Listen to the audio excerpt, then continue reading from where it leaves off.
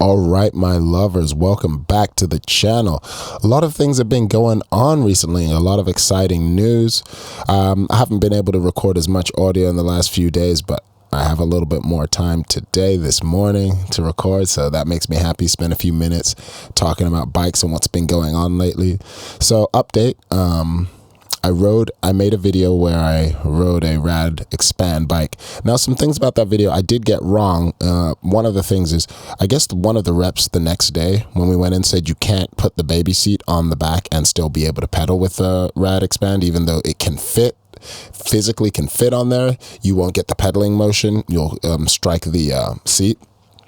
So we had to think in terms of a bigger configuration so that we could put the baby on and pedal, because the primary concern for getting the e-bike was that now that the kid likes to take adventures, we like to do adventuring on the weekends, we like to go to the zoo, like to go to a lot of places.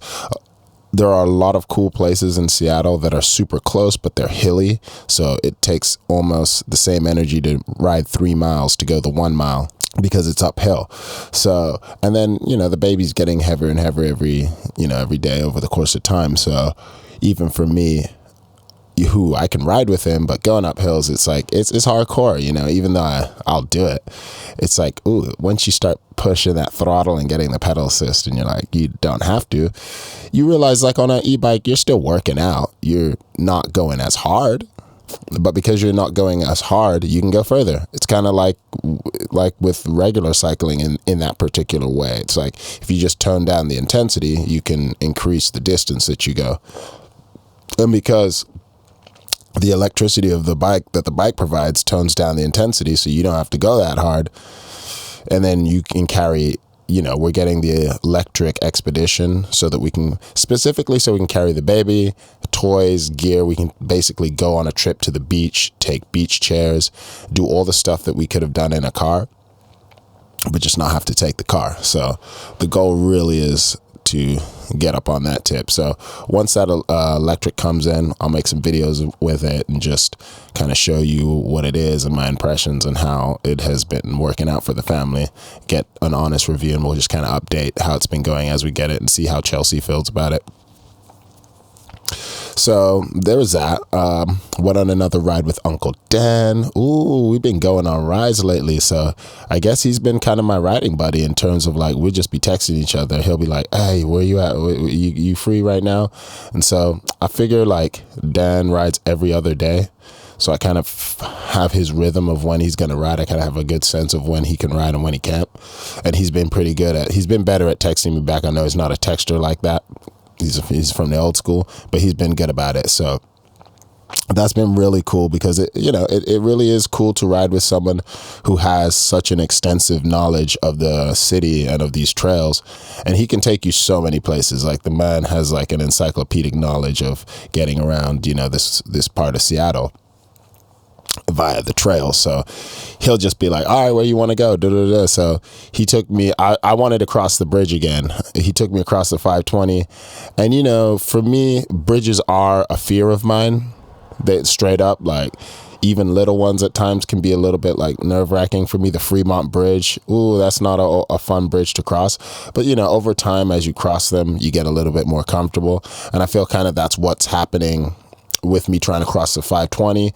So it's super nice to have Dan there to just be the guy to take me, because, to go on my own, I'm going to be honest, I was scared, you know what I mean? Like straight up, like some places, like I'm scared to ride on my own, and like bridges and high drops make me nervous, So to be able to go with him and have him just be like, cool, like, yeah, let's do it, where you want to go, what you want to do, and just wherever I want to go, he'll take me.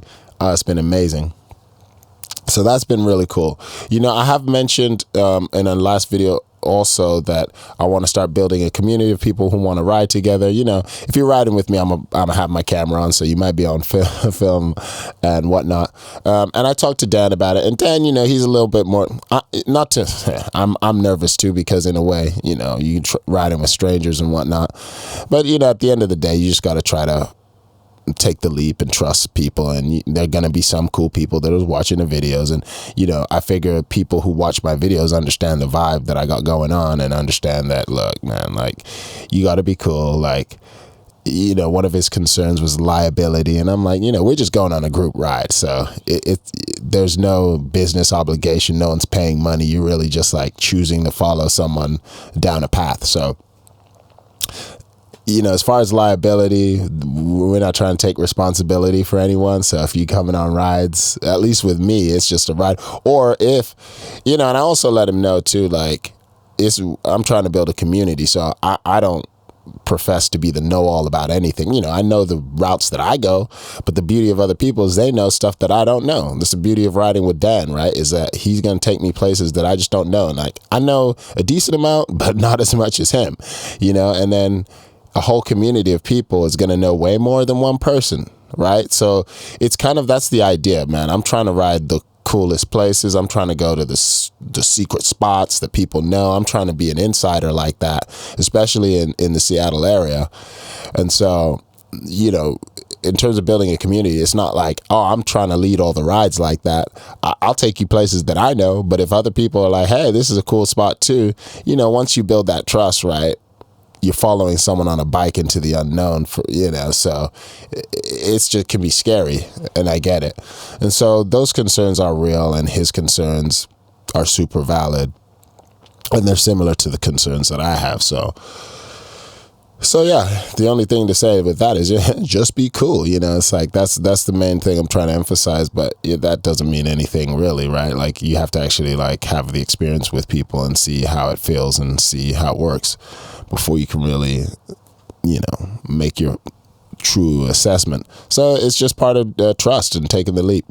I got to know Dan over time. He's a family member. We know him through family, through my partner's family. And so, he turned out to be cool so far. It's worked out. It's been cool. So, that's kind of what we're trying to do. So that aside, groupbikeadventures@gmail.com. I'll put the email in the description. And if you want to hit me up, just if you want to do one of the, hit me up like email style, as opposed to the comment section. You want to ask me a question. Some people have been like, hey, we go on a group ride. You want to join us? Da, da, da. Like, that's been hella cool. Again, like the email that I saw it off was another email that I have to go through Bluehost to check those emails. At some point, I'm going to try to get around to it, but it's really like, if people could just email me again, anyone who has hit me up through the bike adventures at Gmail, I'm going to be checking that like on the regular, like once a week. Or if I feel like people are actually hitting me up, I'll check it more regularly if I feel like it's here and there. I've had people send me their builds and stuff. One homie, I think his name was Michael, an accountant or actuary. Ooh, I forget. I gotta go to my emails. But so just because the other email addresses that the emails are getting sent to, there's too much other stuff going on in there. It's going to like emails that are part of my business address, and I just got too many emails going on in there for me to be able to check them like that. So with the bike adventures and stuff like that, it should just be for people who's trying to ride bikes. There's no other emails coming in unless it's like spam or something like that. So it's easier for me to check them straight up. Like if people like hit me up like that, it's just easier for me to go through that and see, because I really do want to connect more with the people that are emailing me personally, who have questions and whatnot, or just inviting me out to stuff. But it's just been hard to like kind of locate the emails. I'm like, oh, I remember that person emailed me, but then I'm going through and it's mingled with other like work and business kind of emails, and I'm just like, I can't find them anymore, because I just don't remember the person's name personally, or I didn't save it or something like that. I just need a better system. And so to me, the better system is just get the separate email. Anyway, so riding with them today, conquering fears, man, trying to go over that 520 bridge again. It's scary for me, but every time I go over it, I feel like confident to the point where I would ride it on my own now. I'll straight up go to Kirkland on my own, or Redmond or whatever, and ride that bridge on my own. It's wide enough. It feels mellow, a little intimidating because it's just loud and cars just going crazy on it, and then the drops down there, but it's secure. It feels secure. You don't feel like you're going anywhere. And so I really feel like over time, I might not even think about it. The way like now when I cross the Fremont Bridge, I think about it a little bit, but not like I did when I really first started riding. Or even when I crossed the Ballard locks with Bebe, when he's on the back, I get so nervous. But now I feel so secure in the bike's stability that I'm like, oh, the bike's going to be fine. Ain't nothing going to happen. You ain't going to fall off the side or whatever. But at the beginning, you just be like nervous. I just be, So, yeah, over time, feeling comfortable. This bike thing is going crazy. With Dan, I went my furthest distance on this ride yesterday. I ended up going. Let me check the numbers. By the numbers, you know how Dustin Klein be doing it. Yeah, so the loop I went on was 43.6 miles with 1,240 feet of elevation. We averaged 14.4 miles an hour the whole time. We tend to go on less elevation when I ride with Dan per the distance. So I'd say that elevation for the amount of miles I went is not that significant. It's like we rode a few hills, but he has a 25 cog in the back with like a 58 up front. So he really not like, he's got a double, so he's got a smaller one too, but he's not really trying to go crazy up them hills like that. So our elevation tends to stay relatively mellow throughout the course. But that 43 miles, man, like it's really something when your body gets more fit, like gets fitter and fitter over time, and to the point where I didn't cramp. I drank my electrolytes. Dad with his Buster powder, he's just like, take that Buster powder. I'm like, no, but I didn't cramp, nothing like that. I had like little pieces of, could see where my body wanted to cramp up, but I drank water, drank some electrolytes, had that liquid IV, rubbed it a little bit, and everything was cool. So yeah, it's really exciting to be able to go further and further. And I'm starting to be like, oh, okay, I can see where I could make it 100 miles. Like we just went 43. It was flat, obviously, and there's going to be other rides that are going to be